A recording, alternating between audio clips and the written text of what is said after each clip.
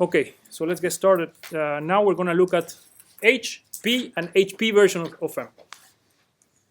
So if H, right, is a way to reduce the error by decreasing the mesh size, and P is a means to reduce the error by increasing the polynomial size, the polynomial order, HP means a combination. Okay? That's all it is. So normally when we're talking about the H version, yeah, we normally take P equal 1, maybe P equals 2. In the industry, people use linear quadratic elements, Lagrange elements. And then what we do is we take H and we make it as small as the computer can possibly handle the problem. Yeah? And then remember that H is size of the largest element in the mesh or the smallest element in the mesh. Very nice. You are really on fire today. Why? Why the largest? Because we need to set the upper boundary. Huh? Because we need to set the upper boundary of the size of elements.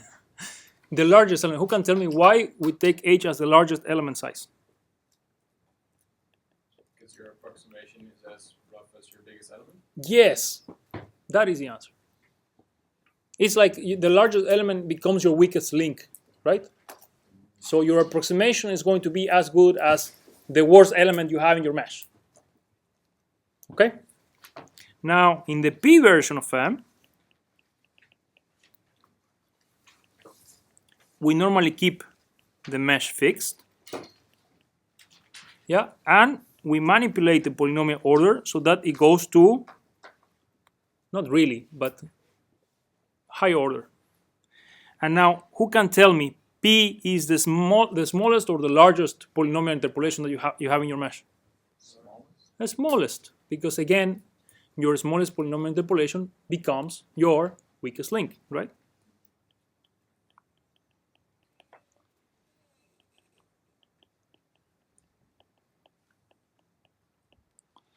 Okay, so now we're going to look at a couple of examples.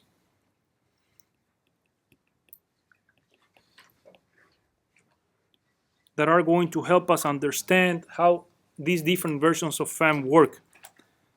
We're going to look at a problem with a smooth solution first.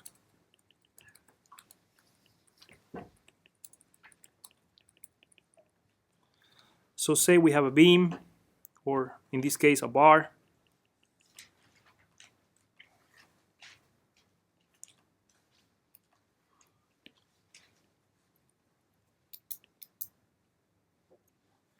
Right? And then we assume EA is equal to 1. And then we add some body force.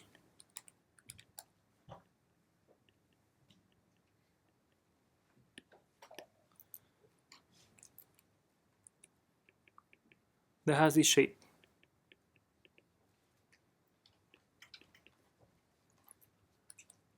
That is our body force. It's a sine function.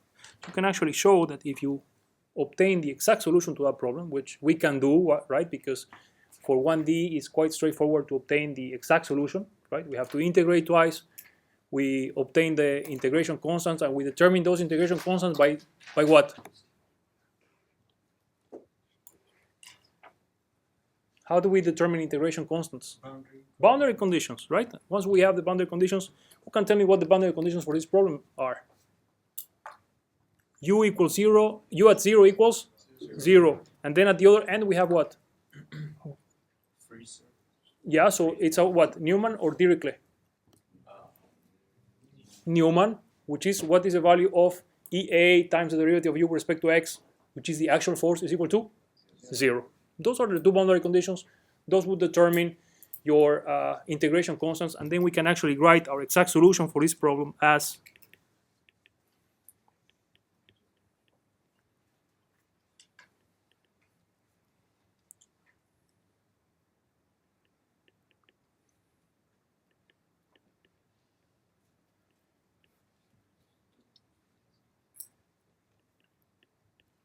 that is your function. So actually, I'm going to borrow this from here.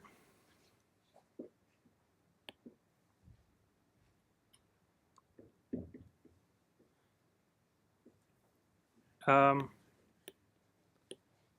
it say cosine of 8 times x? Yeah. And that is a representation of that function. And as you can see, it's a very smooth function. Right?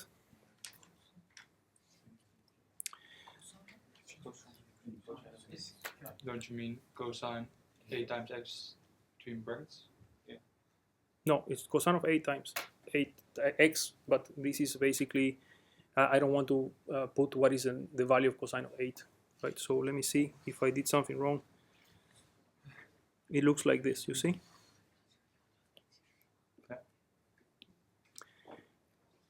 I just don't want to work with decimals and stuff, right? But that is the way it looks like. So it's a very smooth function, okay? So you can actually show that if you obtain the error, right? Let's talk about errors in the energy norm. We can define. Is this the exact solution? That is the exact solution. Okay. Yeah. So if we can define the error in the energy norm, and we're going to look at the relative error. Remember that we did U minus UH in the energy norm, and relative because we can divide this by U. Yeah. This actually you can compute as the bilinear form applied to U minus UH.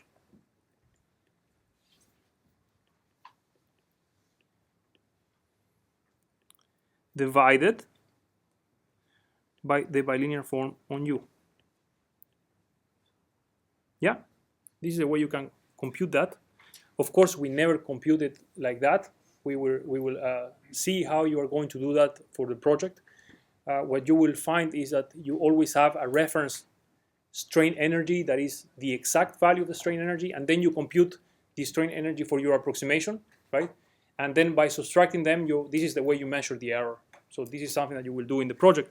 But what you can show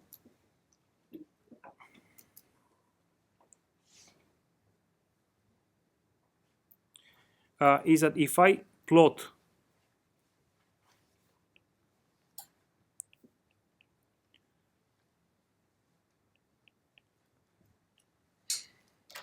the log of that error as a function of the number of degrees of freedom,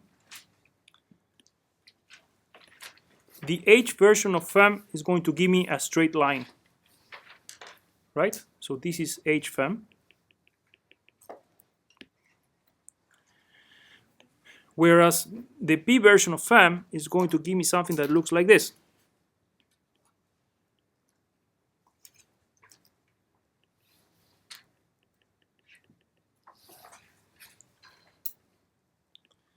Yeah, so this n here is number of degrees of freedom. Yeah. So then we say that HFEM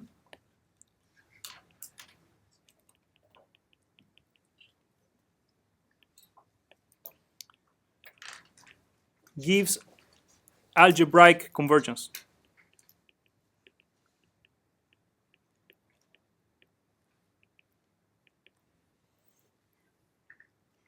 Which basically means, Shouldn't it go the opposite way? Shouldn't the error increase with larger, larger? This here is the number of degrees of freedom. So as your n increases, that means that you have a smaller elements. Okay? I'm not plotting versus mesh size. If it were mesh size, indeed, it's the other way around, and then the slope would be, in that case, positive. In this case, the slope is negative. Okay? So we say that HFEM gives algebraic convergence, which basically means that the rate of convergence is always constant. Okay?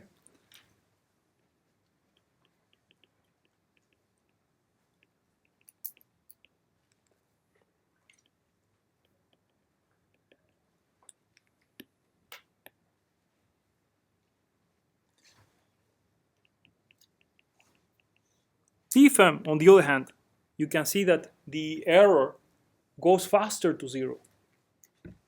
So we say that p-FEM gives something called, who knows? What type of convergence? Someone knows? Exponential convergence, right?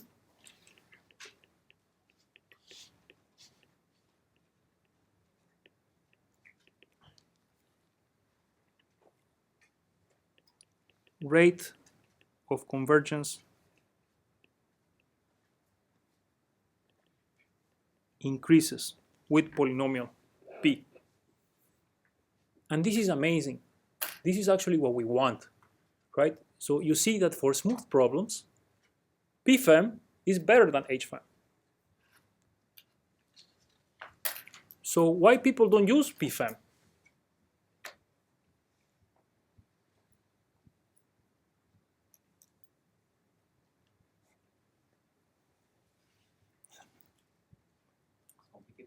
Yeah, it's more complicated, and the way it's been laid out, mostly p-FEM, people make it work with hexahedral elements or quad elements, and to mesh geometries with those elements is harder. That doesn't mean that you cannot use triangles or tetrahedra, but I think the other reason is because there is really not a nice finite element software out there that has a very nice implementation of p-FEM, because you can see that for the named number of degrees of freedom, I get faster to 0 in the error for smooth problems. Yeah? So, Question. Yeah. Smooth problem, is it a problem without singularities? Like, yeah, exactly. And now we're going to study a problem that has a singularity. So smooth problems is a problem that you will see in a minute. We're going to classify these problems into 3 categories. Okay?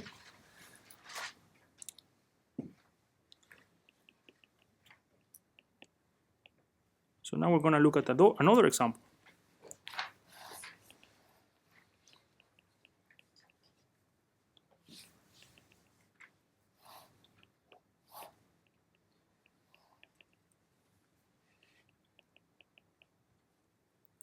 So I'm going to borrow some of this.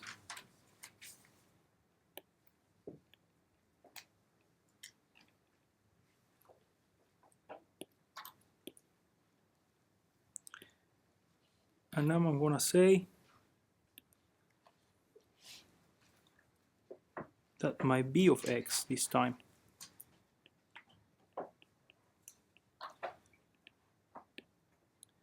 is lambda times lambda minus 1 and then x to the power of lambda minus 2 for some constant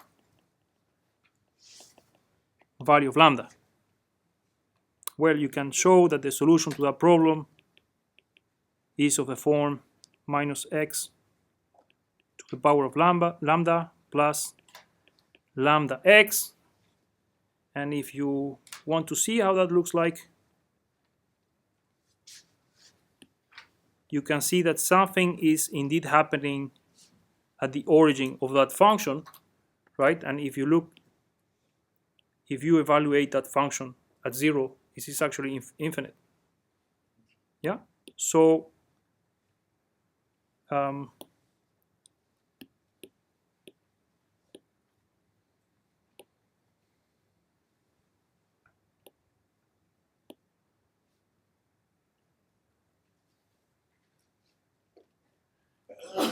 I do not like.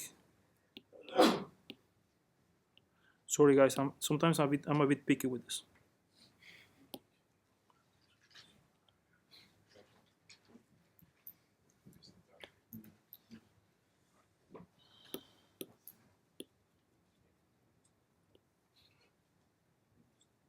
excuse me. The exact solution, this says minus x to the power of lambda? Yeah. Yeah. So you can see that here again. Minus x to the power of minus lambda. Yeah. There you wrote the lambda as well. Oh, okay. Okay. So that is a particular function because you see that there is a problem at x equals 0. the function is not bounded anymore. Okay, so I'm still going to borrow this so I don't have to do it again.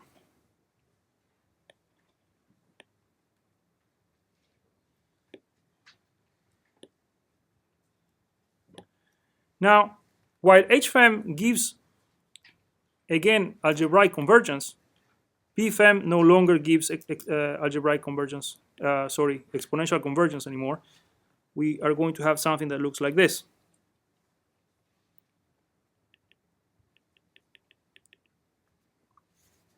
So now both give algebraic convergence rates. Still, you see that for the same number of degrees of freedom, p-FEM works better than h-FEM. Okay? But there is a way to get back that exponential convergence, and is by using, so I'm going to write here both.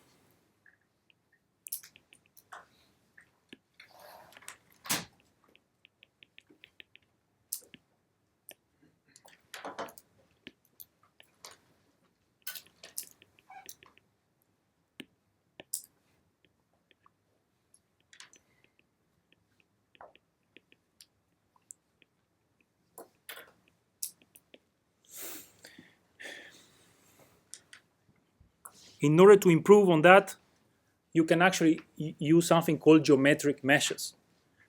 So you could, as you approach the singularity, do something with your mesh, right? And then combine h-FEM with p-FEM in such a way that you actually recover that exponential convergence. These are called geometric meshes. So if you have, let's say, a mesh, let's make that example. 2, 4. It's going to look something like this, right? So this is x. Of course, the problem is happening here at x equals 0. And what we actually do is we say,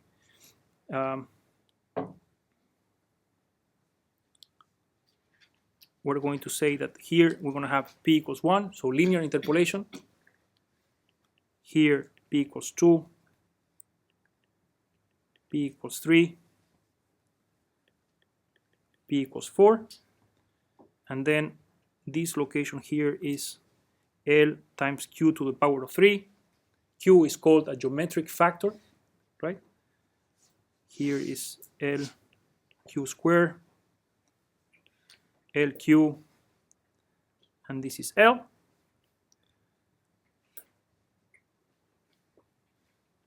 So my Q is a geometric factor.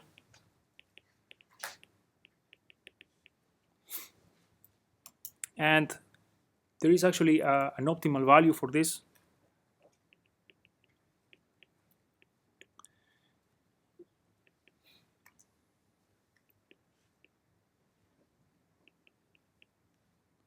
That is approximately 0.17.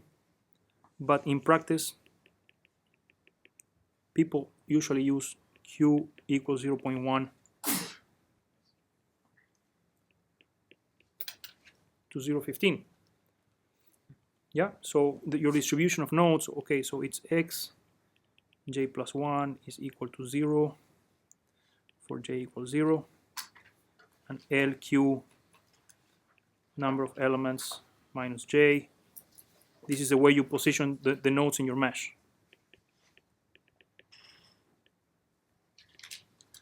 And by doing this, right, by creating this particular mesh where your mesh size is basically getting smaller and smaller towards the singularity, right, you can recover exponential convergence back, right? But if you see, I'm also doing polynomial interpolation that is very, very low, close to the singularity, right? Who can tell me why do you think that is?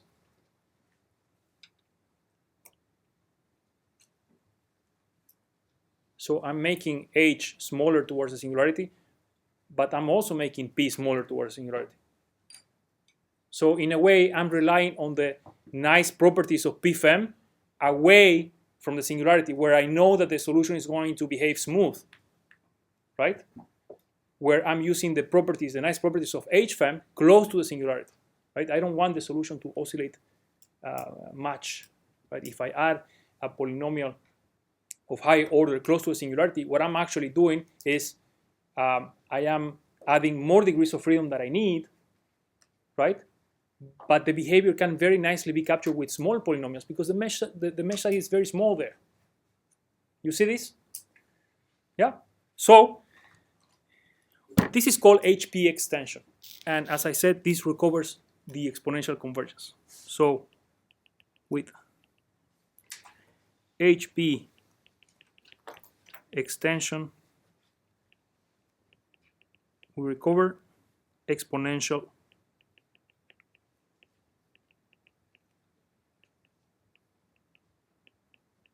convergence rate.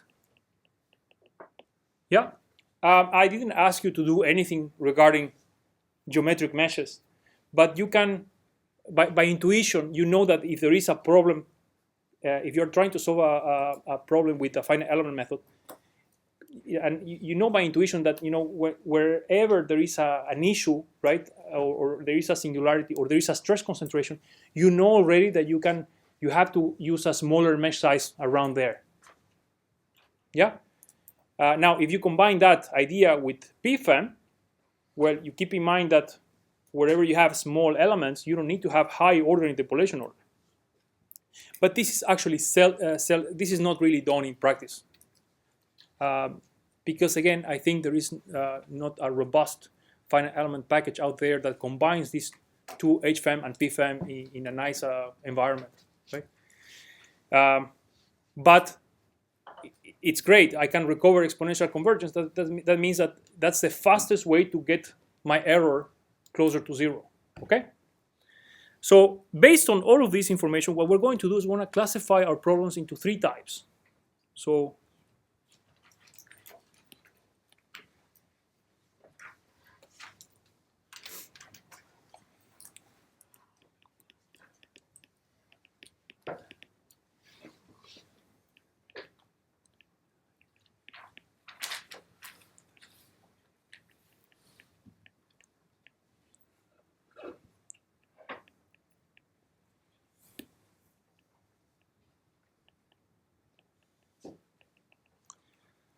we're going to classify boundary value problems based on regularity. And by regularity, I mean how smooth is the actual field, the solution.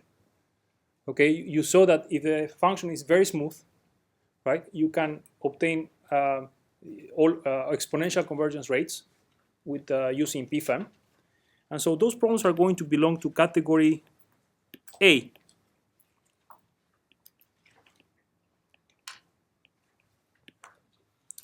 And these are problems for which the exact solution is analytic.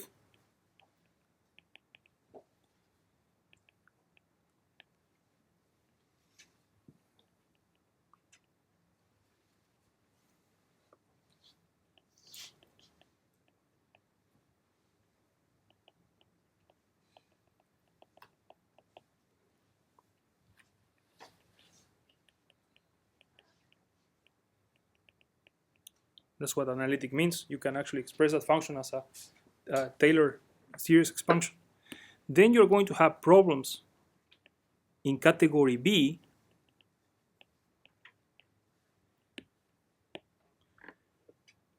These are problems that are whose solution is actually analytic except for a few places in your domain.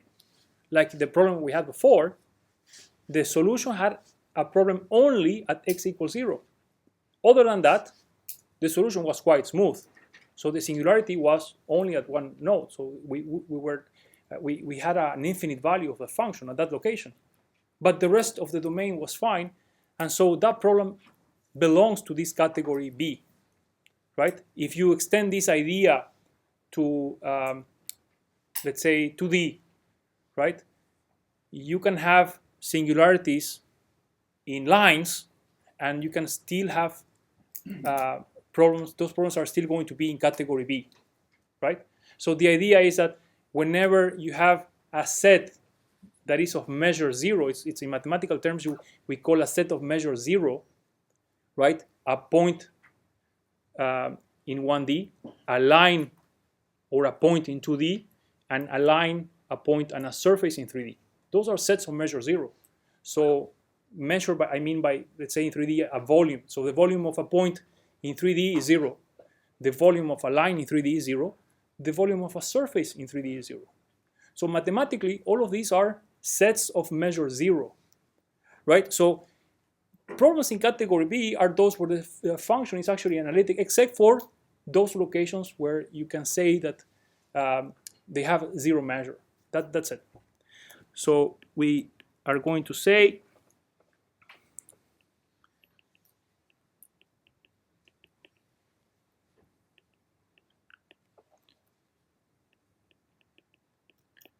except in a finite number of sets.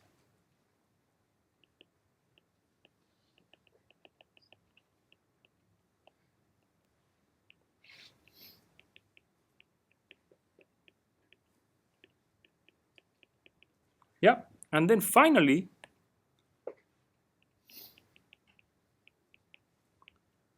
we're going to say that those problems in category C, U is not in A nor B. That's it. And those are really problems that are messed up, right? Like you have now a set of non-zero measure, like a volume, a part of the volume, inside a volume where your function is infinite or something like that. Okay? How are we doing with time? Over. Yeah, pretty much.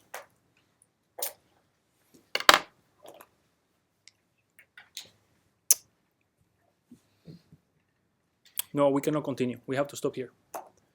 Okay? All right, guys. Next time we're going to look into the next part is basically a priori error estimates. And this is going to tell you how we can obtain numerically all these convergence rates. Okay? So we stop here. Anybody has any questions? No? Yes? Yeah? So A is smooth, B smooth except for some points. Correct. We can say that A is smooth, B is smooth almost everywhere, and C not smooth at all, or part of the domain that is non-zero measure. Yeah, see you next class.